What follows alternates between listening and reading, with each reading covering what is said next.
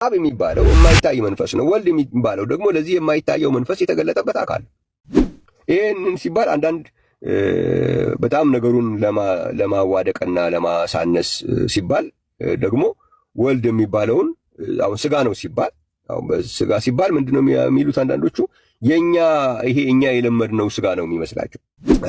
ልክ ቆዳ ነው የሚመስላቸው ስጋ ነው ይሉታል ይላል መጽሐፍ ቅዱስ። እኮ በመጽሐፍ ቅዱስ ቋንቋ ስጋ ስንል እኮ ሰው እያለ ነው አይደለም እንዴ? ቃል ስጋ ሆነ ሲል ምን ማለት ነው? ስጋ ማለት አንድ ቆዳ ማለት ነው እንዴ? እግዚአብሔር በስጋ ተገለጠ ሲል በስጋ ተገለጠ ማለት በቆዳ ተገለጠ ማለት ነው እንዴ? መጽሐፍ ቅዱስ ሲጠቀሙ እኮ። ስለዚህ አብ በስጋ ተገልጧል፣ እግዚአብሔር በስጋ ተገልጧል ቢባል ምንድነው ችግሩ? የአብ ልጅ ነው በስጋ እንደዛ የሚባል ነገር የለም። በስጋ የተገለጠ የሚል መጽሐፍ ቅዱስ አንድ ቦታ ላይ ነው ያለው። እሱም እግዚአብሔር አብ ነው። ፎርሙላው እናንተ የምትፈልጉትን ሐሳብ ስታስገቡ ብቻ የሚሰራ ሌላ ሲመጣበት ደግሞ ማይሰራ ከሆነ ችግር አለበት ማለት ነው። አብ መለኮት ነው፣ አዎ። ወልድም መለኮት ነው፣ አዎ። እሺ፣ ስለዚህ በክርስቶስ ትምህርት ለሚኖር ሰው መለኮትና መለኮት አለው ብዬ ማንበብ እችላለሁ? አይ እንደሱማ አንድ መለኮት ስለሆነ ያለው እንደሱ ማድረግ አትችልም። በቃ እንደሱ ማድረግ ከማይቻል ከሆነ ለያይተህ ልታነብልኝ አትችልም። አብ እግዚአብሔር ነው፣ አዎ። ወልድስ በተለየ አካሉ እግዚአብሔር ነው፣ አዎ። ስለዚህ ይሄ ክፍል አብና ወልድ የሚለው የተለያየ ከሆነ በክርስቶስ ትምህርት ለሚኖር ሰው እግዚአብሔርና እግዚአብሔር አሉት ብዬ ማንበብ እችላለሁ? እግዚአብሔርና እግዚአብሔር አሉት ነው፣ ደግሞ አለ አይደለም፣ አሉት ነው፣ ፕሉራል ነው። ስለዚህ ስንት እግዚአብሔር ሊሆን ነው? እግዚአብሔርና እግዚአብሔር አሉት ስትል ስንት እግዚአብሔር ሊመጣል? አይ እሱማ አይሆንም፣ አንድ እግዚአብሔር ነው። እኛማ በጭራሽ እኮ እንደሱ አናስብ። ታዲያ ማታስብ ከሆነ ሁለት የተለያየ አካል ታደርግ አትችልማ።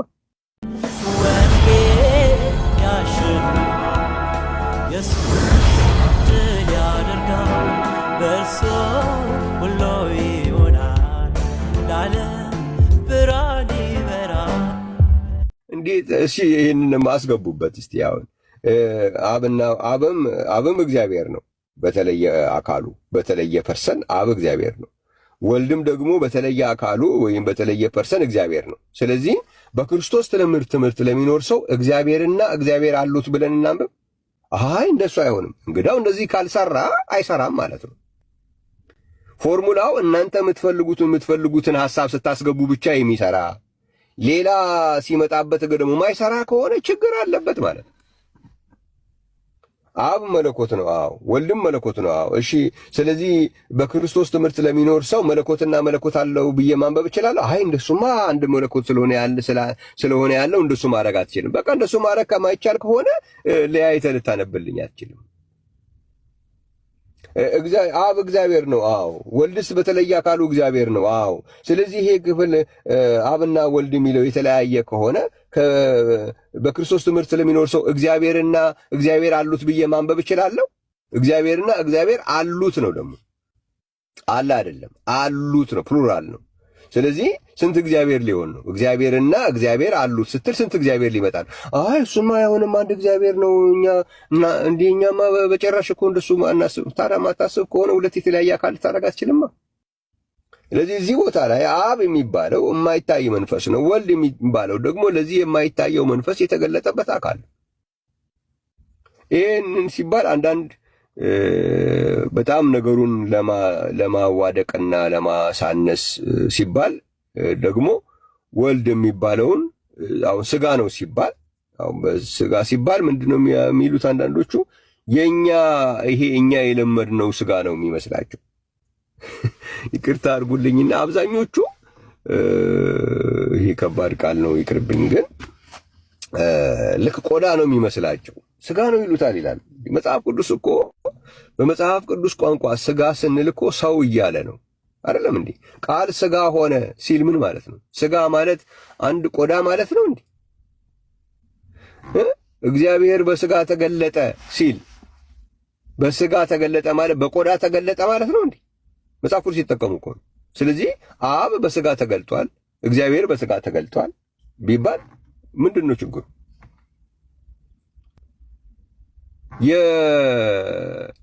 የአብ ልጅ ነው በስጋ እንደዛ የሚባል ነገር የለም።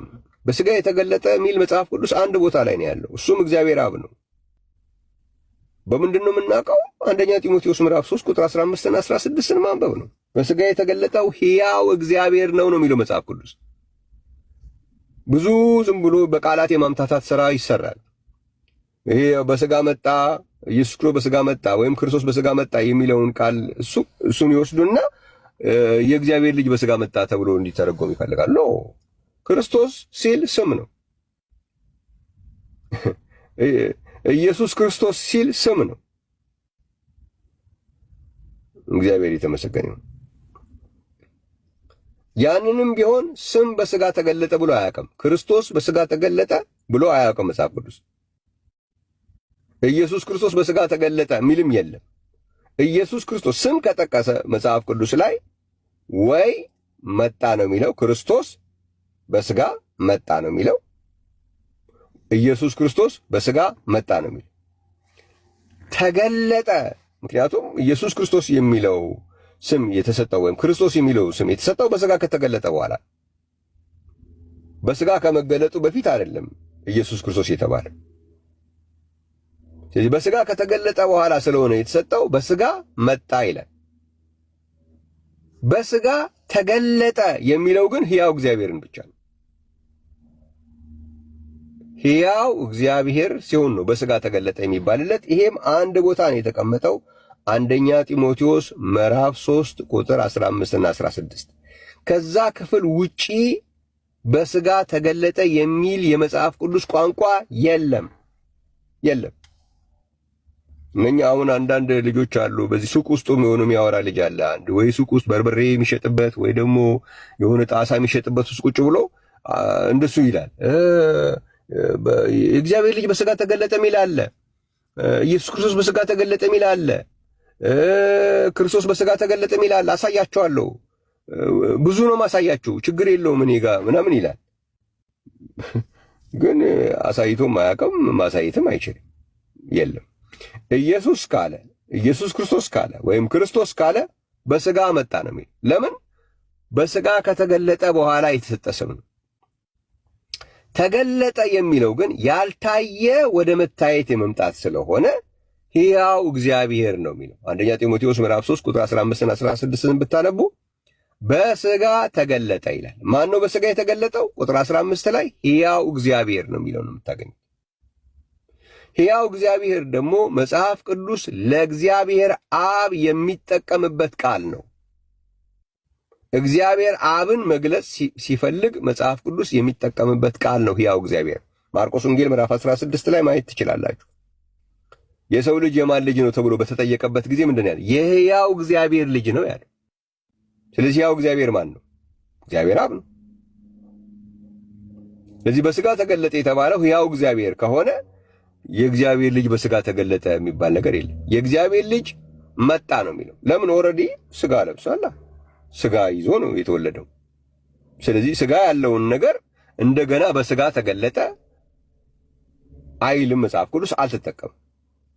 የማይታየውን ሕያው እግዚአብሔር የሚለውን የማይታየውን መንፈስን ግን የማይታይ ስለነበረ በሚታይ ስጋ ተገለጠ። ስለዚህ ምን ይላል? በስጋ የተገለጠ በመንፈስ የጸደቀ ለመላእክት የታየ ይላል። ወደ መታየት መጣ ማለት ነው። እግዚአብሔር የተመሰገነ ይሁን። ስለዚህ ይሄም ራሱ በሙሉ ሰላምታዎች በጠቅላላ ሮሜ ላይ፣ ቆሮንቶስ፣ ፊልጵስዩስ ምናምን የሚባሉ ሰላምታዎችን እየጠቀሱ አማልክት ለመስራት ይሞከራል። አይሆንም። እነዛ ሰላምታዎች በጠቅላላ ላይ እግዚአብሔር የሚባለውን እያስገባችሁ ብትሞክሯቸው አይሰራም። ጠይቋቸው። አሁን ለምሳሌ ሮሜ መጽሐፍም ላይ ከሮሜ ጀመራችሁ ሰላምታዎች ላይ አለ። እዛ ላይ ሰላምታዎች ላይ ሶስተኛው አካል ስለ አካል መንገር የሚያስፈልግ ቢሆን ኖሮ ሶስተኛው አካል ሳይጠቀስ ለምን ሰላምታ እንደሚቀርብ እንግዲህ እንትን ማድረግ አለባቸው፣ መልስ መስጠት ይኖርባቸዋል።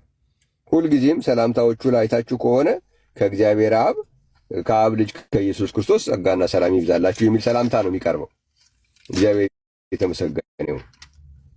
ቤኔዲክሽን ላይ ብቻ አንድ ጊዜ ሁለተኛ ቆሮንቶስ ላይ የእግዚአብሔር ጸጋ የማነው የእግዚአብሔር ፍቅር የመንፈስ ቅዱስ ኅብረት ብሎ አንድ ጊዜ ብቻ በሁለተኛ ቆሮንቶስ ላይ ተቀምጦልናል። ከዛ በተረፈ ሰላምታዎችን ሲጀምሩ ሐዋርያቶቹ የጻፏቸው መጽሐፍቶች በሙሉ ብታዩ ለምሳሌ ቆሮንቶስ አንደኛ ቆሮንቶስ ምዕራፍ 1 ቁጥር 3 ላይ ከእግዚአብሔር ከአባታችን ከጌታም ከኢየሱስ ክርስቶስ ጸጋና ሰላም ለእናንተ ይሁን ይላል። ከእግዚአብሔር ከአባታችን ስለ አካል ከሆነ ማውራት ያለበት ስለ አካላት ለማሳየት የሚናገር ከሆነ ከእግዚአብሔር ከአባታችን ከጌታም ከኢየሱስ ክርስቶስ ከጌታ መንፈስ ቅዱስ ለምንድን ነው የማይለው? ነው ጌታ መንፈስ ቅዱስ ክርስቲያኖችን ሰላም ማለት አይፈልግም። ሁሉ ቦታ አሁን ቆሮንቶስን አንደኛ ቆሮንቶስ ላይ ሄዳችሁ ሁለተኛ ቆሮንቶስም ሂዱና ተመልከቱ። ሰላምታዎቹን በሙሉ ብታዩዋቸው ተመሳሳይ ናቸው። ተመሳሳይ ሰላምታ ነው የምታገኙት። ሁለተኛ ቆሮንቶስ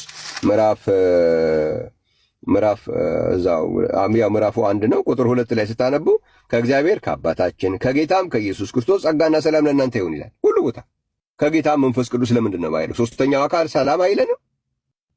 ምንድን ነው? ምን ማለት ነው የሚፈልጉት? የማይሰራ ነገር ነው። ስለዚህ አይሰራም ማለት ነው። አንድ አካሄድ፣ አንድ ፎርሙላ፣ አንድ አቀራረብ የሆነ ቦታ ላይ ሲመጣ የሆነ ቼክ ሲደረግ የማይሰራ ቦታ ካለው በቃ አይሰራም ማለት ነው። ሮንግ ፎልስ የሆነ ቅያስ ነው የተያዘው። መስተካከል መፍቀድ ያስፈልጋል። አንድ ኮንሰፕት ትክክል ከሆነ በሁሉም አቅጣጫ ሲፈተሽ ነፃ መውጣት መቻል አለብን እንጂ እኛ በምንፈልገው ኬዝ ላይ የሚሰራ እኛ በምንፈልገው ደግሞ ለኛ በሚከብደን ደግሞ ማይሰራ ከሆነ ያ አስተሳሰብ፣ ያ ፎርሙላ፣ ያ ኮንሰፕት፣ ያ ምንድነው ቀመር ትክክል አይደለም ማለት ነው። እግዚአብሔር ይመስገንና የሶስት አካል ቀመር ትክክል አይደለም። ወደዚህ ደግሞ ወደ ሁለት እናምጣውና ደግሞ እንሂድና ከእግዚአብሔር ከአባታችን የሚለው እግዚአብሔር አባታችን እግዚአብሔር ነው። አዎ። ከጌታም ከኢየሱስ ክርስቶስ ጌታም ኢየሱስ ክርስቶስ የሚለውም እግዚአብሔር ነው። አዎ። ስለዚህ ሰላምታው በዚህ ቀመር ሲሰራ ያስኬዳል ወይ ስንል ከእግዚአብሔር እና ከእግዚአብሔር ጸጋና ሰላም ለእናንተ ይሁን ምን ማለት ነው? እግዚአብሔር አባታችንም እግዚአብሔር ነው፣ ጌታም ኢየሱስ ክርስቶስ እግዚአብሔር ነው። ስለዚህ ከእግዚአብሔርና ከእግዚአብሔር ጸጋና ሰላም ለእናንተ ይብዛ ምን ማለት ነው? አይ ከእግዚአብሔርና ከእግዚአብሔርማ ሊባል አይገባም። እንዴት ታደርገዋለህ ታዲያ? ይሄም እግዚአብሔር ነው ብለሃል፣ ይሄም እግዚአብሔር ነው ብለሃል። ይሄም ሲገባ መስራት አለበት ቀመሩ ትክክል ከሆነ።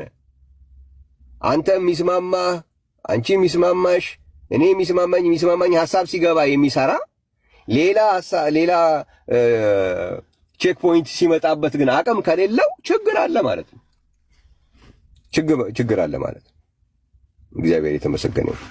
ስለዚህ ይሄ መታሰብ አለበት ለማለት ነው። እንግዲህ ብዙ ጥያቄዎች ናቸው የነበሩት። ከነሱ መካከል አንድ አራቱን ነው ለዛሬ የሄድኩበት። ሌላ ጊዜ ግን እግዚአብሔር ቢፈቅድ እንደዚሁ በፕሮግራሞች መጀመሪያ ላይ በሳምንቱ በውስጥ የተላኩልኝ እንደዚህ አይነት ጥያቄዎችን እንዲሁ ክሊር ያረኩኝ አልፋለሁ። ላይቭ የሚጠይቁ ሰዎች ካልጠየቁ የግዴታ መሆን ስለማይችል ማለት ነው።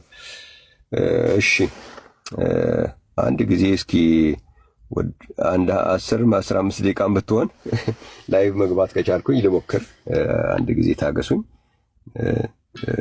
ትሩዝ እስኪ አንተ በዚህ ላይ ሐሳብ እየሰጠህበት እኔ ልሞክር አንዴ።